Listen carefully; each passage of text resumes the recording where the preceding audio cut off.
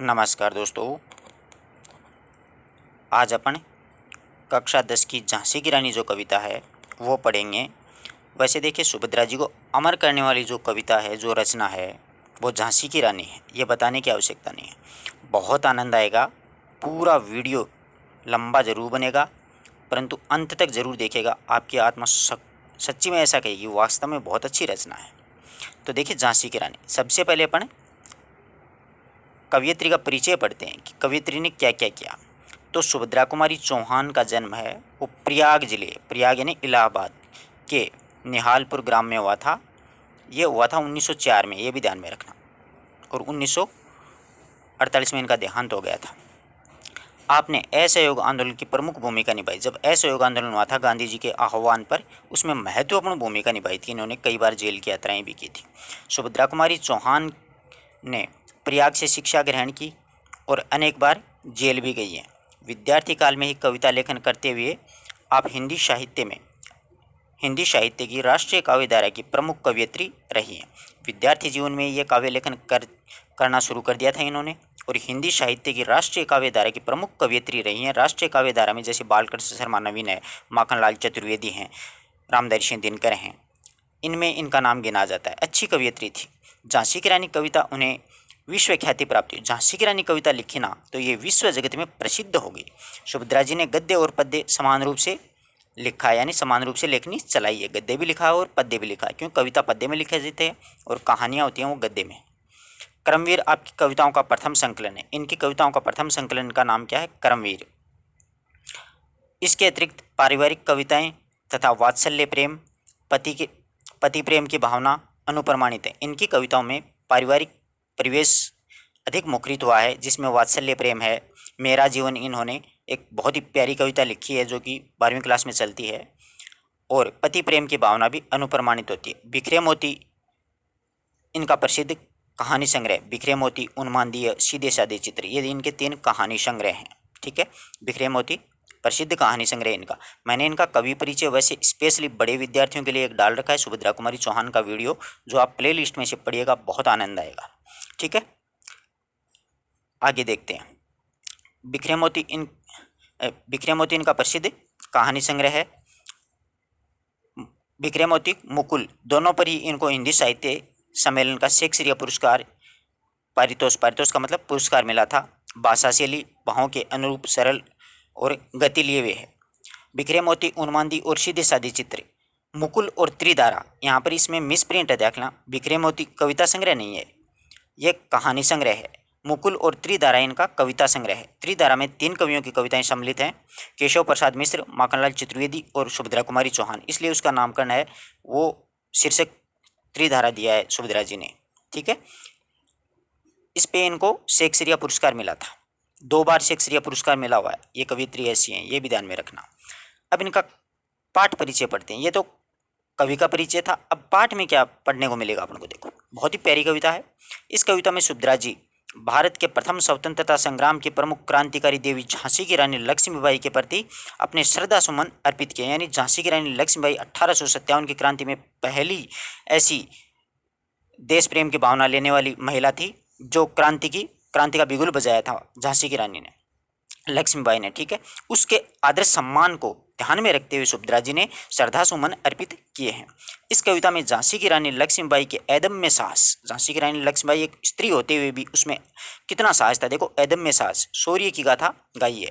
बहुत शूर वीरांगना के रूप में लड़ी है अंग्रेजों के साथ में लक्ष्मीबाई ने 57 की क्रांति का नेतृत्व करते हुए निराश और हताश राजाओं में आशा का संचार कर दिया। झांसी की रानी लक्ष्मीबाई ने 57 की क्रांति में जो कि निराश हो चुके थे, हताश हो चुके थे भारत के राजा, उनमें एक आशा का संचार कर दिया।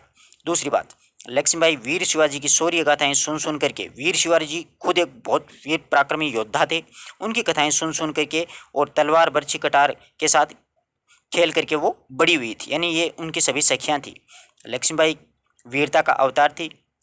झांसी के राजा के साथ इनका विवाह हुआ था, राव गंगाधर के साथ में इनका विवाह हुआ, किंतु दुर्भाग्य से पति हैं वो शीघ्र ही चल बसे। यानी 2-4 साल ही इनके साथ रहते, फिर इनकी अकस्मात मृत्यु हो जाती है। 23 वर्ष की आयु में रानी है वो क्या हो जाती है? विधवा हो गई थी। इधर अंग्रेजों की गिद्ध दृष्टि झांसी पर पड़ी और वे झांसी को लावारिस मान करके अपना झंडा फहरा देते हैं। यानी झांसी अब लावारिस हो चुके हैं, यहाँ का राजा गंगाधर वो परलोक सिधार गए हैं, तो अपने अपना झंडा फहरा देते हैं। किंतु लक्ष्मीबाई ने मरते दम तक अंग्रेजों से लोहा लिया और झांसी की रक्षा की थी, यानी खूब लड़ी थी। अंत में महारानी लक्ष्मीबाई को यमुना के तट पर अंग्रेजों ने घेर लिया था। ये सोनरेखा एक नदी है, उसके नाले को पार करते हुए अंग्रेजों में एक फिरोज अंग्रेज था, उसने घेर लिया था, जिसके कारण चौतरफा यानी लक्ष्मीबाई वो गिर चुकी थी। और घोड़ा एक इसका महारानी लक्ष्मीबाई का जो ओरिजिनल घोड़ा था, मुख्य घोड़ा था, उसकी मृत्यु हो जाती है युद्ध के दौरान, तो एक नया घोड़ा मिलता है। वो घोड़ा है वो चाल समझ नहीं पाता है लक्ष्मीबाई की, इसके कारण वो अंग्रेजों से गिर जाती है। यहाँ पर लक्ष्मीबाई अपनी सहेलियों कान्हा और मुद्रा, इनकी दो सहेलियाँ थी, बहुत प्यारी लड़ाका थी, ये भी बहादुर थी, वो लड़ती हुई वीरगति को प्राप्त हुई थी। ये पाठ का सारांश है। अब अपन पाठ पढ़ेंगे यानी कविता पढ़ेंगे, बहुत आनंद आएगा, अंत तक आप बने रहिएगा और आप बने रहोगे, ये मेरा वादा है, क्योंकि कविता ही कुछ ऐसी है, ये उठने ही नहीं देती अपने को, अपने आप को मतलब पकड़े रहती है, ये रचना ऐसी होती है। ठीक है, उदात्त विचार हैं सुभद्रा जी की। देखो, सिंहासन हिल उठे, रजवंशों की भरकूटी तानी, बूढ़े भारत में भी आई फिर से नई जवानी थी, गुम हुई आज़ादी की कीमत सबने पहचानी थी, दूर फिरंगी को करने सबने मन में ठानी थी, चमक उठी सन 57 में वह तलवार पुरानी थी, बुंदेले हर बोलों के मुंह हमने सुनी कहानी थी, रे खूब लड़ी मर्दानी वो तो झांसी वाली रानी थी। बहुत ही प्यारा पद्य। अब देखिए इस पद्य को समझने की कोशिश कीजिए। वैसे खड़ी बोली में कविता है, आसानी से समझ में आ जाएगी। देखो, सिंहासन हिल उठे, रजवंशों ने भरकूटी तानी। सन 1857 में अंग्रेजों के अन्यायपूर्ण शासन और कूटनीति से अपने राज्यों को छीनता देख करके भारत के देशी राजाओं में असंतोष और क्रोध जाग उठा। यानी 1857 की क्रांति हुई तो अंग्रेज जो लोग थे उन्होंने भारत के देशी राजा थे उनको हड़पना शुरू कर दिया था उन्होंने। इसके कारण देश के जो राजा थे उनमें असंतोष और क्रोध जाग उठा था। बूढ़े भारत में भी आई फिर से नई जवानी थी। बूढ़े भारत का मतलब दुर्बल भारतवासियों में फिर से जवानी आ गई थी, यानी फिर से वो लड़ने के लिए तत्पर हो गए थे। सभी अपनी खोई हुई स्वतंत्रता का मूल्य वो सब समझ चुके थे। सभी राजाओं ने अंग्रेजों को भारत से बाहर निकालने का संकल्प है वो ले लिया था। दूर फिरंगी को करने यानी सभी भारतीयों ने, भारत के राजाओं ने या भारतीय जनता ने अंग्रेजों को भारत से बाहर निकालने का क्या ले लिया था, संकल्प ले लिया था। यानी दूर फिरंगी को करने सबने मन में ठानी थी, यानी अंग्रेजों को भारत से भगाने की सबने मन में ठान ली थी। चमक उठी सन 57 की वह तलवार पुरानी थी, बूंदेले हर बोलों के मुँह हमने सुनी कहानी थी, रे खूब लड़ी मर्दानी वो तो झांसी वाली रानी थी। सन 57 में यानी 1857 का जो गदर हुआ था उसमें भारतीय सूरवीर 1857 की क्रांति में भारतीय सूरवीर ने फिर से अपने अजय तलवारों को उठा लिया था। चमक उठी सन 57 में वह तलवार पुरानी थी, यानी फिर से 1857 में भारतीय सूरवीरों ने अपनी अजय तलवारों को उठा लिया। और कवियत्री आगे कहना चाहती है सुभद्रा जी कि बुंदेलो और हरबोलो, बुंदेलखंड और हरबोला वहाँ के लोगों के मुँह से वीरता की रानी की कहानी हमने सुनी थी। रानी लक्ष्मीबाई ने पुरुषों की भांति रणभूमि में अपना पराक्रम है वो दिखाया था। अगला पद्य देखिए, महारानी लक्ष्मीबाई का बचपन है इसमें। कानपुर के नाना की मुँह बोली बहन छबीली थी। देखो, महारानी लक्ष्मीबाई का बचपन का नाम मणिकर्णिका था, परंतु नाना साहब थे उनको छबीली कह करके पुकारते थे। लक्ष्मीबाई नाम था उनका। पिता की वह संतान अकेली थी, अपने पिता की एकमात्र संतान यही थी। नाना के संग पढ़ती थी वह, नाना के संग खेलती, यानी नाना साहब के संग पढ़ती थी और उन्हीं के साथ वो खेलती थी। बर्छी ढाल कृपाण कटारी यही उनकी सहेली थी। बर्छी थी, भालता, ढाल, कटारी ये इनकी सहेलियां थी। वीर शिवाजी की गाथाएं उसने याद जुबानी थी। वीर शिवाजी की पराक्रमी योद्धा यानी शिवाजी जो हैं उनकी गाथाएं वो सुनती थी, वो उनको जुबानी याद थी लक्ष्मीबाई को। बुंदेले हर बोलों की रा हमने सुनी कहानी थी, रा खूब लड़ी मर्दानी वो तो झांसी वाली रानी थी। वाह वाह, बहुत मजा आया। देखो अब इस पद्य को समझो। कानपुर के नाना की मुँह बोली बहन छबीली थी। कानपुर निवासी नाना साहब थे ना, उनकी लक्ष्मीबाई उनके मुँह बोली बहन के समान, वो अपनी बहन के समान मानते थे, यानी धर्म बहन अपन साधारण भाषा में बोल सकते हैं। तो उनकी मुँह बोली बहन थी लक्ष्मीबाई, और उसे वह छबीली कह करके पुकारते थे। उसको क्या कहते थे वो, छबीली। लक्ष्मीबाई नाम था उनका। क्या नाम था उनका, लक्ष्मीबाई। लक्ष्मीबाई नाम था तथा वह अपने पिता की अकेली संतान थी। पिता के संतान वह अकेली, अपने पिता की अकेली संतान थी। नाना के संग पढ़ती, वह नाना के संग खेली थी। वह नाना साहब के साथ पढ़ना खेलना नाना साहब के साथ रहती थी। बर्छी, ढाल, कृपाण, तलवार और कटार इनकी क्या थी, मुख्य सहेलियां यही थी। नाना के साथ खेलती थी, पढ़ती थी। बर्छी, ढाल, तलवार, कटार आदि शस्त्र ही इनकी क्या थी, सहेलियों के समान साथ रहते थे, इन्हीं के साथ वो खेलती थी। वीर शिवा की गाथाएं उसको यादें जुबानी थी। शिवाजी की कहानियां उन्हें जुबानी याद थी, यानी शिवाजी किस प्रकार से वीर पराक्रमी योद्धा थे, किस प्रकार से व्यूह रचना युद्ध किया करते थे और शत्रु को धूल चटा दिया करते थे, वो सारी बातें उनको याद थी। वही बातें इनके मन में, इनके दृढ़ संकल्प बन गया था। यही वीरता यहीं से जगी थी लक्ष्मीबाई के मन में। बूंदेले हर बोलों की मुँह हमने सुनी कहानी थी रे, खूब लड़ी मर्दानी वो तो झांसी वाली रानी थी। वाह। आगे देखो, आगे है लक्ष्मी थी या दुर्गा थी, वह स्वयं वीरता की अवतार थी। देख मराठे पुलकित होते उनकी तलवारों के वार, नकली युद्ध व्यूह रचना और खेलना खूब शिकार, सैन्य घेरना दुर्ग तोड़ना, ये थे इसके प्रिय ख्यालार। महाराष्ट्र की कुलदेवी उसकी भी आराध्य भवानी थी रे, बूंदेले हर बोलों की हमने सुनी कहानी थी रे, खूब लड़ी मर्दानी वो तो झांसी वाली रानी थी। वाह वाह, क्या बात है। देखिए, लक्ष्मी थी या दुर्गा थी, वह स्वयं वीरता की अवतार थी। आगे सुभद्रा जी कह रही हैं कि महारानी लक्ष्मीबाई युवावस्था में, कुमारावस्था यानी युवावस्था में, कभी लक्ष्मी, कभी दुर्गा और कभी साक्षात वीरता का अवतार प्रदान करती थी। कभी लक्ष्मी का, कभी दुर्गा का और कभी स्वयं अपने आप में वीरता का अवतार प्रतीत होती थी। इस प्रकार से वो दिखती थी। देख मराठे पुलकित होते उनकी तलवारों के वार। मराठे जो लोग थे, सिपाही जो थे, साथी उसके साथ रहते थे, वो उनकी तलवारों के प्रहार देख करके, लक्ष्मीबाई की तलवारों के प्रहार देख करके मराठे सैनिक थे वो बड़े आनंदित होते थे। किस प्रकार से प्रहार कर रही हैं, किस प्रकार से वार कर रही हैं, किस प्रकार से वो युद्ध विद्या में निपुण हो रही हैं। नकली युद्ध व्यूह बनाना, सैन्य घेरना, युद्ध तोड़ना, नकली युद्ध व्यूह की रचना और खेलना खूब शिकार था। नकली युद्ध व्यूह बनाना था, यानी जब युद्ध होता है तो नकली सेना उसको घेर लेती है, उस प्रकार से ये खेलती थी। नकली युद्ध के व्यूह बनाना, शिकार खेलना, सेना को घेरना, नकली दुर्गों को तोड़ना, ये लक्ष्मीबाई के प्रिय क्या थे, खिलाड़ थे, यानी ये इसके मुख्य मुख्य खेल हुआ करते थे। नकली युद्ध में व्यूह बनाना, शिकार खेलना, सेना को घेरना, नकली दुर्गों को तोड़ना, लक्ष्मीबाई के सारे के सारे कहते प्रिय खेल थे। महाराष्ट्र कुल देवी उसकी आराध्य भवानी थी। आगे क्या कहती हैं कि महाराष्ट्र वासियों की कुल देवी चंडी भवानी थी, वही इनकी भी आराध्य देवी थी, वही लक्ष्मीबाई की भी आराध्य देवी थी चंडी। कवयित्री आगे कहती हैं कि बूंदेलों और हरबोलों की मुँह हमने सुनी कहानी थी, यानी लक्ष्मीबाई मर्दाना रूप में वीरतापूर्वक युद्ध की कहानियां हमने सुनी थी, वह झांसी की रानी थी। आगे देखिए, हुई वीरता के वैभव के साथ सगाई झांसी में, ब्याह हुआ रानी अब आ गई लक्ष्मीबाई झांसी में, राजमहलों में बजी बधाइयाँ खुशियाँ छाई झांसी में, सुबट बूंदेलों के विरुद्धावली सी वह आई झांसी में, चित्रा ने अर्जुन को पाया, शिव से मिली भवानी थी, बूंदेले हर बोलों की हमने सुनी कहानी थी, खूब लड़ी मर्दानी वो तो झांसी वाली रानी थी। वाह वाह। हुई वीरता वैभव के साथ सगाई झांसी में। आगे देखो, लक्ष्मीबाई अब युवावस्था में आ जाती है और उनकी सगाई होती है राव गंगाधर से। तो देखो, झांसी के राजा राव गंगाधर थे, उनके साथ लक्ष्मीबाई की क्या हुई है, सगाई हुई। ऐसा लगा मानो वीरता के वैभव से साथ सगाई हुई, यानी वो भी राजा थे, इधर लक्ष्मीबाई भी वीरांगना थी, तो हुई वीरता के वैभव के साथ सगाई थी। अब लक्ष्मीबाई की है वो झांसी के राजा गंगाधर राव के साथ सगाई होती है, तो ऐसा लगा मानो कि वीरता के वैभव के साथ में क्या हुआ है, सगाई हुई है, ब्याह हुआ, शादी हुई है, रानी बन आई लक्ष्मीबाई झांसी में। विवाह के बाद में लक्ष्मीबाई वो झांसी में रानी बन करके पहुंची है। इस अवसर पर झांसी के राजभवन में बधाइयाँ और सारे राज्य में प्रसन्नता छा गई है। राजभवन में छाई बधाइयाँ, खुशियाँ छाई झांसी में। जब शादी हो गई है तो पूरे ही झांसी प्रदेश में क्या है, राजभवन में बधाइयाँ और सारे राज्य में प्रसन्नता वो छा गई है। ऐसा लगता है जैसे लक्ष्मीबाई है वो श्रेष्ठ वेदा बुंदेलों की कीर्ति का गान बन करके झांसी में पहुंची है। सुबट बुंदेलों की वृद्धावली सी वह आई झांसी में। ऐसा लगा मानो कि लक्ष्मीबाई वो श्रेष्ठ योद्धाओं और बुंदेलों की कीर्ति गान बन करके झांसी में पहुंची है। जिस प्रकार से अर्जुन ने चित्रा को पाया, जिस प्रकार से अर्जुन को चित्रांगदा मिली थी, उसी प्रकार से शिव को पार्वती मिली थी। ऐसी प्रसन्नता झांसी के महाराजा को लक्ष्मीबाई से के रानी बन करके आने पर ऐसी खुशी गंगाधर राव को भी हुई थी। जिस प्रकार से अर्जुन ने चित्रांगदा को पाया था, उसी प्रकार से शिव ने पार्वती को पाया था। ठीक ऐसी प्रसन्नता झांसी के महाराजा राव गंगाधर राव को भी झांसी की रानी लक्ष्मीबाई को रानी बनाकर पाने में हुई थी। कवयित्री आगे कहते हैं, खूब लड़ी मर्दानी वो तो झांसी वाली रानी थी, कि हमने उनकी कहानियाँ वो सुनी है।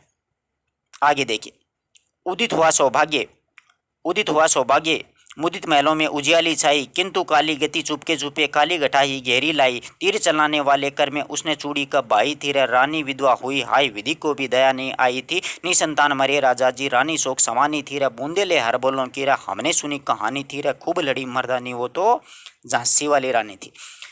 बड़ा ही मतलब मर्म स्पर्शी पद्य है इस पूरी कविता का। मतलब यूं कहूँ कि सारा सार यहीं पे आता है। अब देखो, बहुत ही मतलब कठोर समय था महारानी लक्ष्मीबाई के जीवन का, और वो किस प्रकार से इस जीवन को उन्होंने जिया है, भोगा है, भुगता है। अब देखो, उदित हुआ सौभाग्य, मुदित महलों में उजियाली छाई।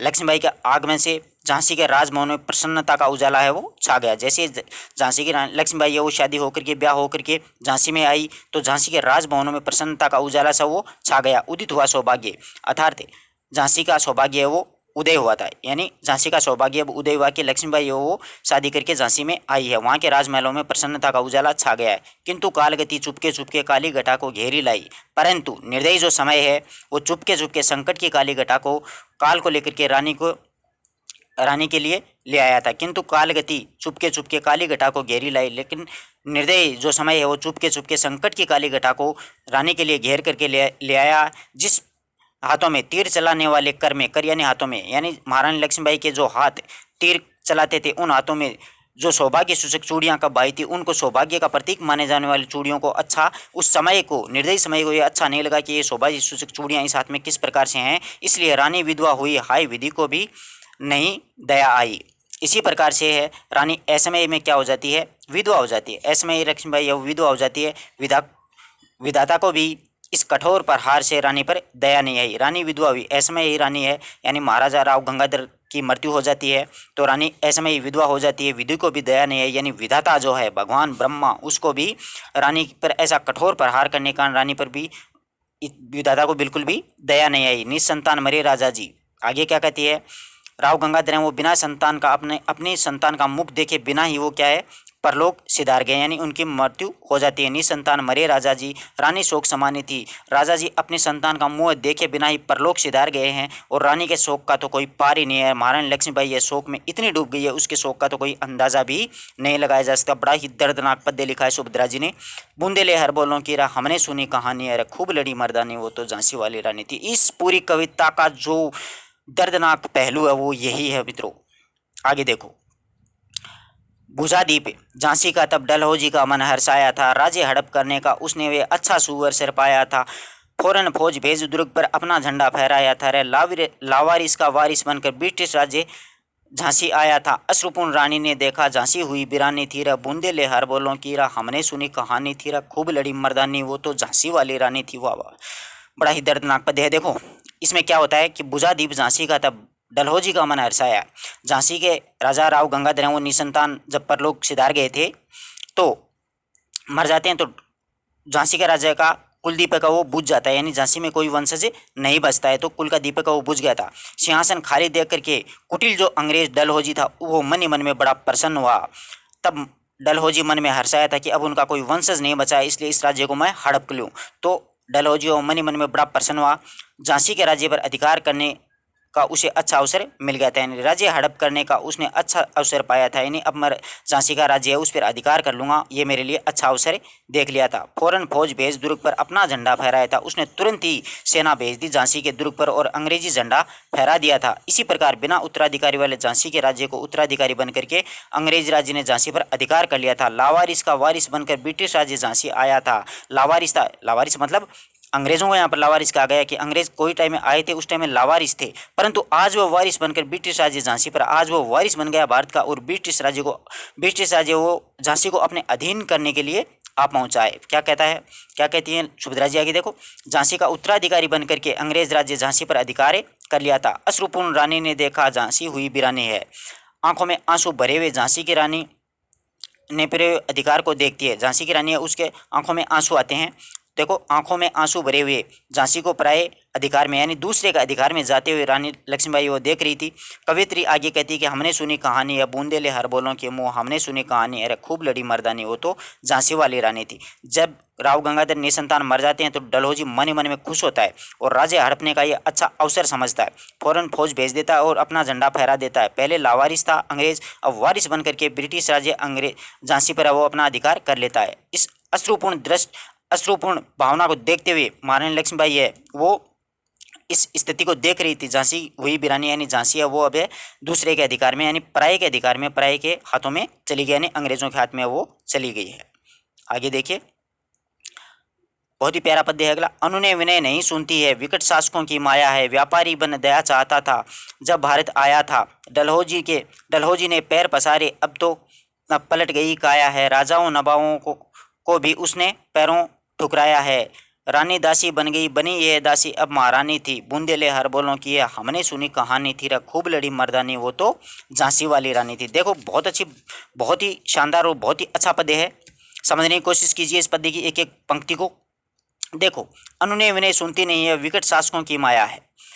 कवियत्री कहती है कि निरंकुश शासन है, जो अंग्रेज शासन है, वो किसी की नीति सम्मत बात या प्रार्थना नहीं सुनते थे। अनुनय विनय नीति सम्मत बात नहीं सोचते थे। विकट शासकों की यह माया है, ये निरंकुश शासकों की नीति सम्मत बात को ये बिल्कुल नहीं सुनते थे, ये तो अपनी मनमानी ही अपनाते थे। यही अंग्रेज कुछ समय पूर्व है व्यापारी बन दया चाहता जब भारत आया था। आगे क्या कहती है, कुछ समय पहले ही यही अंग्रेज थे वो भारत में व्यापारी बनकर के आए थे। उस समय भारतीय राजाओं की दयाओं पर ये निर्भर रहे थे, यानी भारतीय राजा उन्हें कुछ व्यापार करने दें या व्यापारी बनकर आए थे। डलहौजी ने पैर पसारे अब तो पलट गई काया है। आगे देखो, अब डलहौजी ने मनमाना कानून बना करके देशी राज्यों को हड़पना प्रारंभ कर दिया, यानी अपने पैर पसार दिया, अपने साम्राज्य को फैलाना शुरू कर दिया था। डलहौजी ने अपना कानून बना करके देशी राज्यों को हड़पना आरंभ कर दिया और देखते ही देखते व्यापार करने वाली एक कंपनी के वो क्या होगी, काया पलट होगी, यानी खुद स्वामी यानी खुद शासक, भारत के शासक बनकर बैठ गए।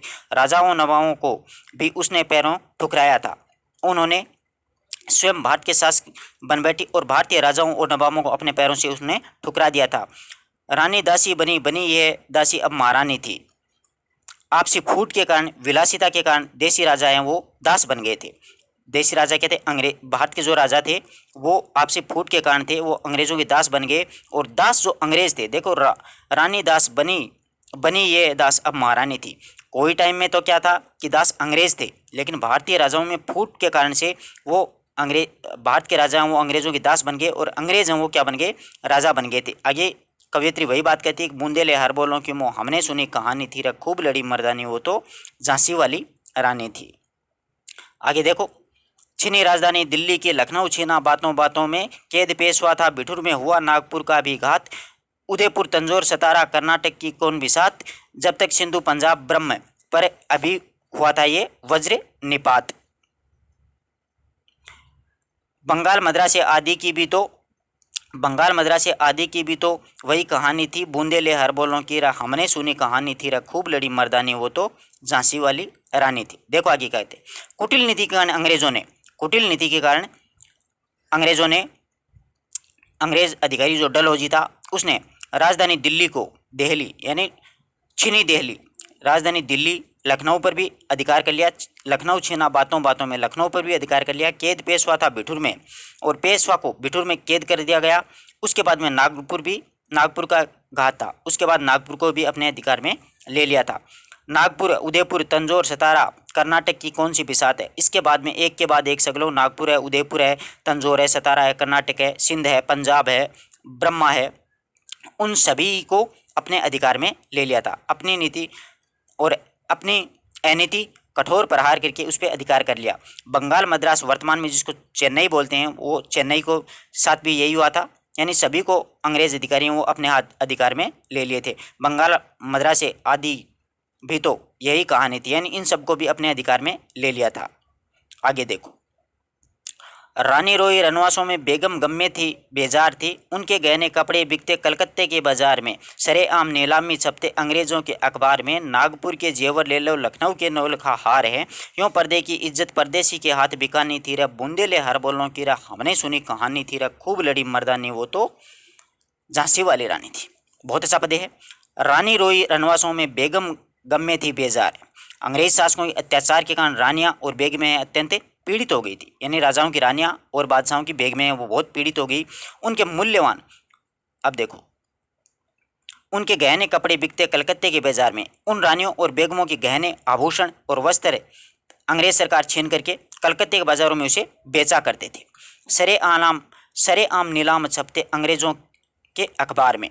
सरेआम वो क्या कि खुलेआम अखबारों में, वो क्या थे, अंग्रेजी अखबारों में खुलेआम नीलामी की सूचना वो छपती रहती थी।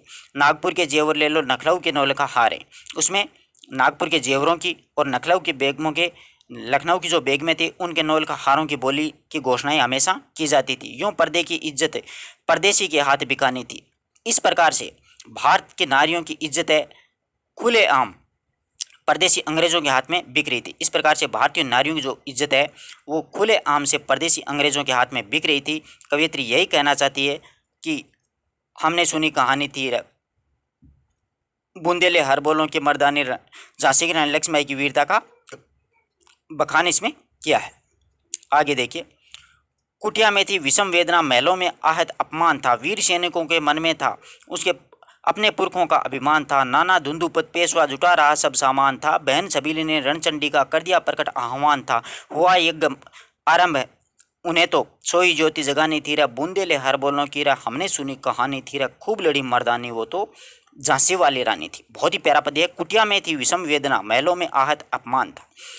अंग्रेजी कुशासन और अत्याचार के विरुद्ध प्रारंभ हुए प्रथम स्वतंत्र संग्राम यानी 1857 की क्रांति में धनी और निर्धन सभी के, यानी धनी और निर्धन, राजा और प्रजा, महलों और झोंपड़ियों दोनों में समान रूप से क्या थी, सहभागिता रही थी। यानी सब समाज का उच्च वर्ग और निम्न वर्ग, धनी और निर्धन सब समान रूप से ये चाहते थे कि क्रांति हो। महलों और झोपड़ियों दोनों में स्वाधीनता की एक की ज्वाला जगाने में आहुति बराबर प्रदान की थी। कुटिया में थी विषम वेदना, महलों में आहत अपमान था। मतलब कुटिया यानी झोंपड़ियों और महलों में दोनों में स्वाधीनता के यज्ञ में ज्वाला जगाने की आहुति देने का अपना बराबर रूप से योगदान था। वीर सैनिकों के मन में था अपने पुरखों का अभिमान, और भारत के जो वीर सैनिक थे वो उनके मन में अपने जो पुरखे थे उनके गर्व का अभिमान था। वो भी चाहते थे कि भारतीय स्वतंत्रता का ये संग्राम है वो होना चाहिए। स्वाभिमान और पीड़ित भारतीयों की अंतरात्मा से ये प्रकट हुआ था। देखो, वीर सैनिकों के मन में था उनके पुरखों का अभिमान था। स्वाधीनता के एक में वीर सैनिक थे, उनके मन में उनके पुरखों यानी उनके पूर्वज थे, उनका स्वाभिमान, उनका गर्व उनके मन में था। नाना धुंधुपत पेशवा था, नाना धुंधुपत और पेशवा जुटा रहे सब सामान थे। नाना साहब और धुंधुपत थे और पेशवा क्रांति का सामान यानी 1857 की क्रांति का सामान है वो जुटा रहे थे।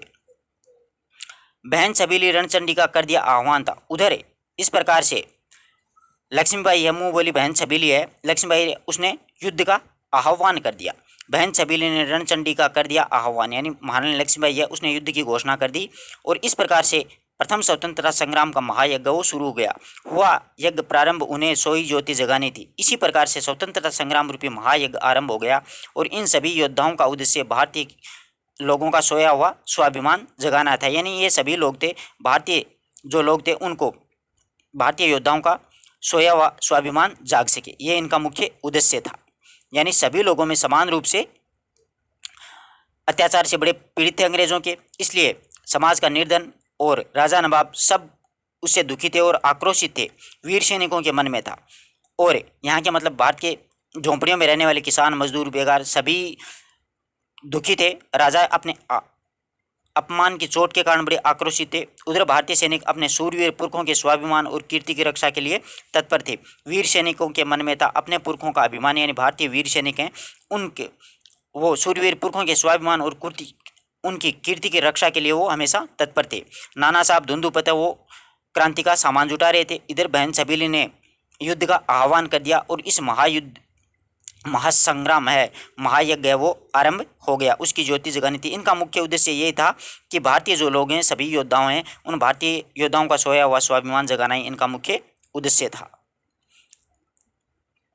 महलों में दी आग, झोंपड़ी में ज्वाला सुलगाई, स्वतंत्रता की चिंगारी अंतरम से आई।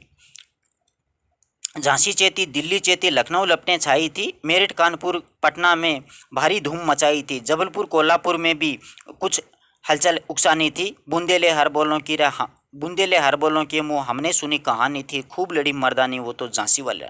बहुत बढ़िया। महलों ने दी आग, झोंपड़ी ने ज्वाला सुलगाई। देखो, अंग्रेजी कुशासन और अत्याचार के विरुद्ध प्रारंभ हुए प्रथम स्वतंत्रता संग्राम में निर्धन और धनी राजा सभी की बराबर सहभागिता थी। यह स्वतंत्रता की चिंगारी अंतरम से आई थी, यानी स्वतंत्रता की जो यज्ञ शुरू हुआ था उसकी ज्वाला सुलगाने हेतु आहुति में अपना अपना योगदान सबने समान दिया था।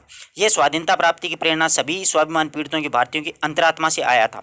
यह स्वतंत्रता की जो चिंगारी है, ये स्वतंत्रता की जो चिंगारी है वो प्रत्येक पीड़ित भारतीयों की अंतरात्मा से, अंतरम से आई थी, यानी प्रत्येक पीड़ित भारतीय था उसकी अंतरात्मा से ये स्वतंत्रता की चिंगारी है वो सुलग के आई थी।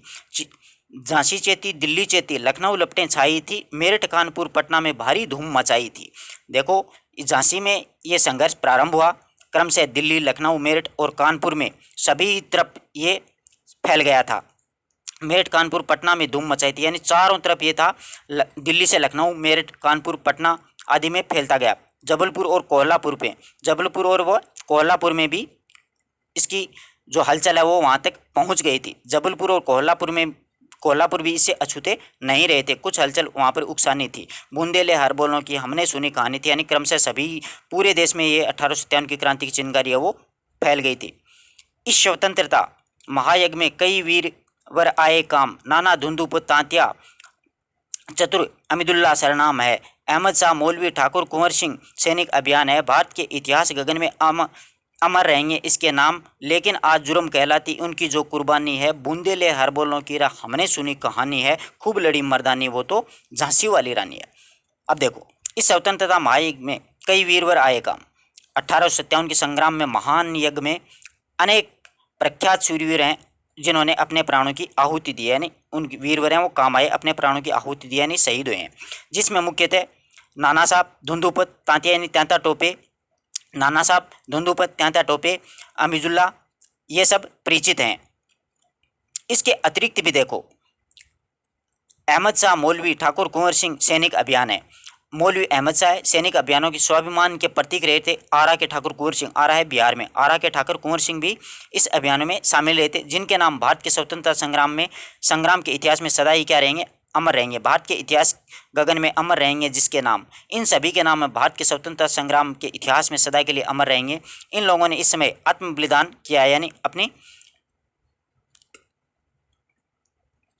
आत्म बलिदान किया, यानी वो शहीद हुए हैं। वो स्वयं हैं, ये लोग हैं, वो भारतीय इतिहास में अमर रहेंगे। और इन लोगों ने इस समय आत्म बलिदान किया है, जिन्हें आज ब्रिटिश सरकार है वो क्या कहती है, अपराध मानती है। जिन्होंने आत्म बलिदान किया है, यानी सैनिकों को अगवा होकर के क्रांति में भाग लिया है, परंतु ब्रिटिश सरकार वो आज भी अपराध मानती है, तो मानती रहे, कोई दिक्कत नहीं है। बूंदेले हर बोलों की हमने सुनी कहानी है, खूब लड़ी मर्दानी वो तो झांसी वाली रानी है, लेकिन आज जुर्म कहलाती उनकी जो कुर्बानी है, यानी इन्होंने आत्म बलिदान किया है इन सैनिकों ने, वो आज क्या है, अपराध कहलाती है। ब्रिटिश सेना उसे अपराध कहती है, तो कहती रहे, कोई दिक्कत नहीं है, परंतु ये तो भारत के शूरवीर हैं। आगे देखो, इनकी गाथा छोड़ चले हम झांसी के मैदानों में, जहां खड़ी है लक्ष्मीबाई मर्द बनी मर्दानों में, लेफ्टिनेंट वोकर पहुंचा आगे बढ़ा जवानों में, रानी ने तलवार खींच ली हुआ धुंध आसमानों में, जख्मी होकर वोकर भागा उसे अजब हैरानी थी। वाह वाह।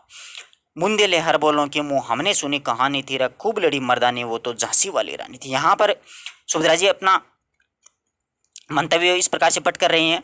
देखिए किस प्रकार से कवित्री पाठकों को ये कहना चाहती हैं सुभद्रा जी कि स्वतंत्रता संग्राम में बलिदान होने वाले वीरों की बात को रोक करके इनकी गाथा छोड़, यानी स्वतंत्रता संग्राम में बलिदान हो गए, जो वीर बलिदान हुए हैं, उनकी बात को यहीं पर रोक करके आगे चलते हैं। हम चलें झांसी के मैदानों में। स्वतंत्रता संग्राम में बलिदान होने वाले वीरों की बात को यहीं पर रोक करके वह झांसी के रण क्षेत्र का दृश्य दिखाना चाहते हैं। हम झांसी के मैदानों में, झांसी का जो रण क्षेत्र है उसका दृश्य हमें दिखाना चाहती है, जहाँ पर लक्ष्मीबाई है वो बड़े बड़े मर्द बनने वालों के बीच में मर्दानी का प्रमाण दे रही हैं। जहाँ खड़ी है लक्ष्मीबाई, जहाँ पर यानी झांसी के मैदानों में लक्ष्मीबाई है, तो वहाँ पर खड़ी है रण क्षेत्र में, जो अपने आप को बड़े बड़े मर्द बनने वाले हैं, उनको बीच में वो मर्द बनी, उन मर्दों के बीच में खड़ी है। लेफ्टिनेंट वोकर पहुंचा, इतने में एक अंग्रेज़ अधिकारी लेफ्टिनेंट वोकर पहुंच गया, आगे बढ़ा जवानों में, अपने जवानों से वो आगे पहुंच गया था।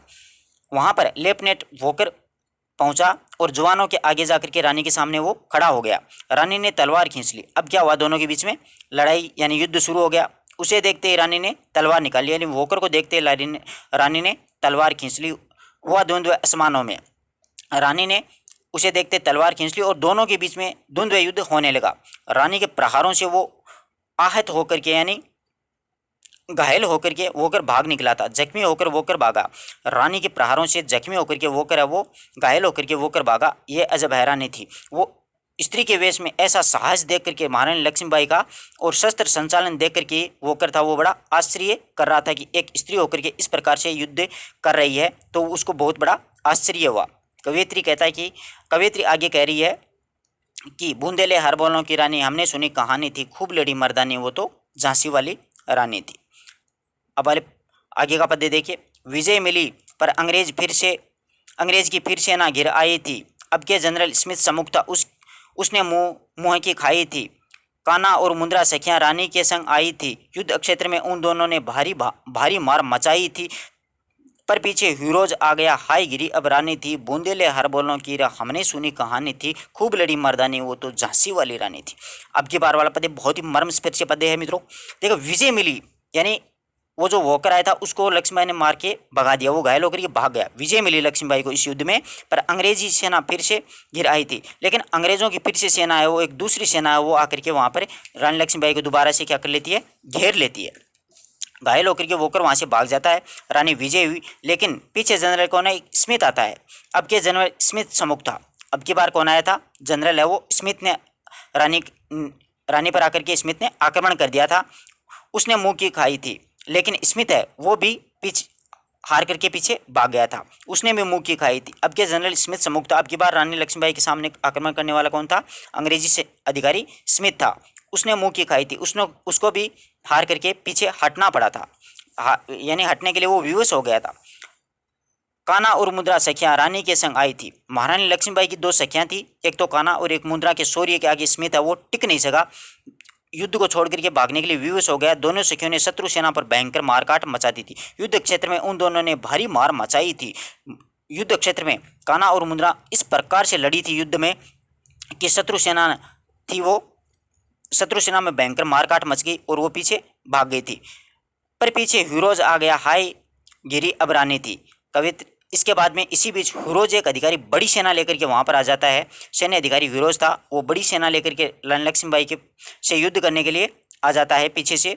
उससे रानी अंग्रेजी सेनाओं के बीच में गिर गई थी। हाय गिरी अब की रानी। हीरोज है वो बड़ी सेना लेकर के लक्ष्मीबाई को घेर लेता है, इसलिए लक्ष्मीबाई चारों तरफ से चौतरफा वो गिर जाती है।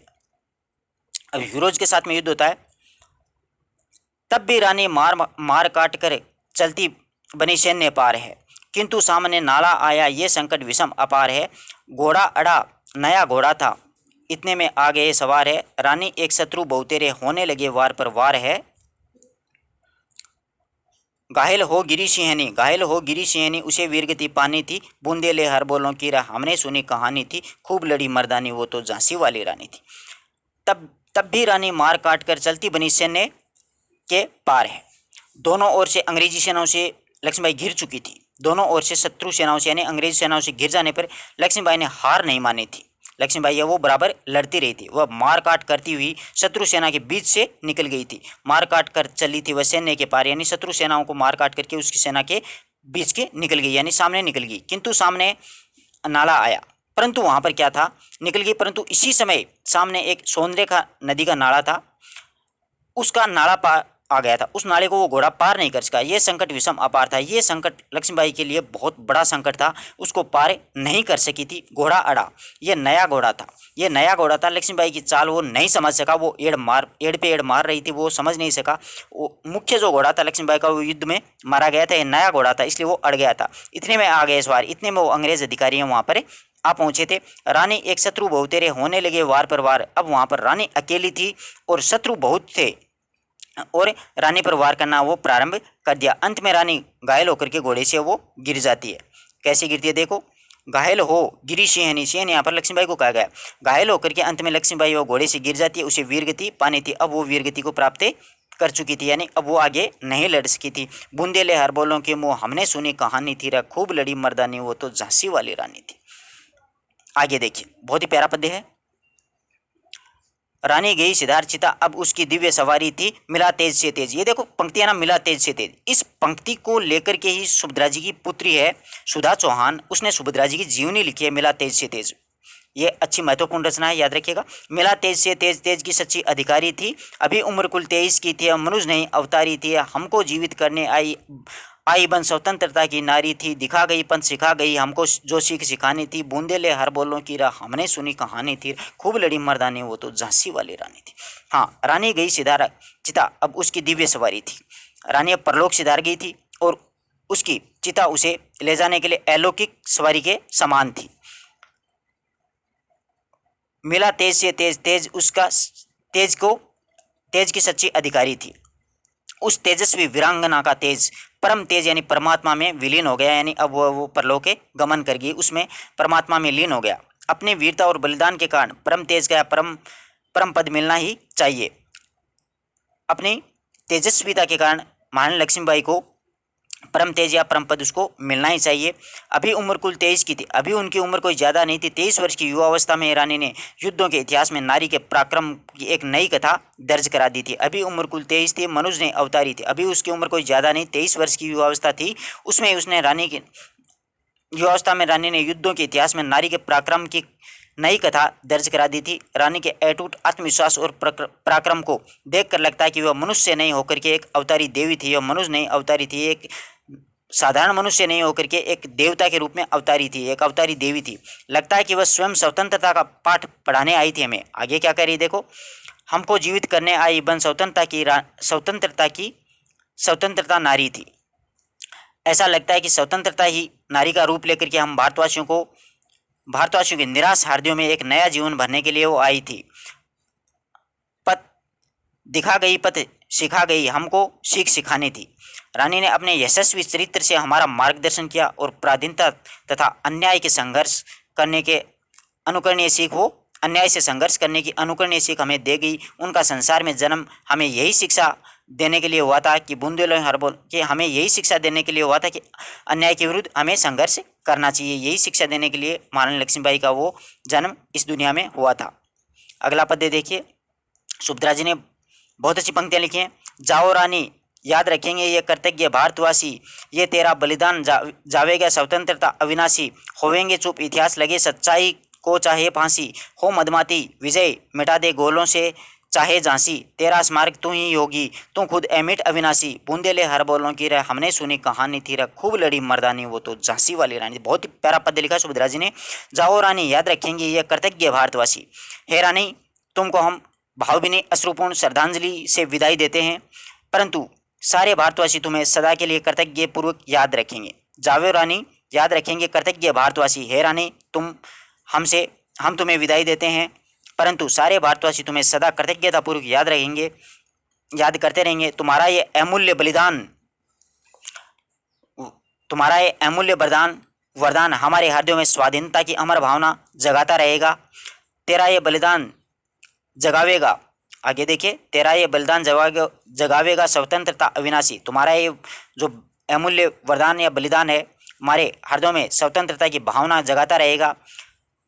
चुप होवे इतिहास लगे सच्चाई को फांसी, चाहे इतिहासकार इतिहास में तुम्हारी जानकारी तुम्हें देना भुला दें, भले ही सच कहने वालों को फांसी पर चढ़ा दें, सच्चाई को लगे फांसी, चाहे सच कहने वाले को फांसी पर चढ़ा दिया जाए, चाहे अत्याचारियों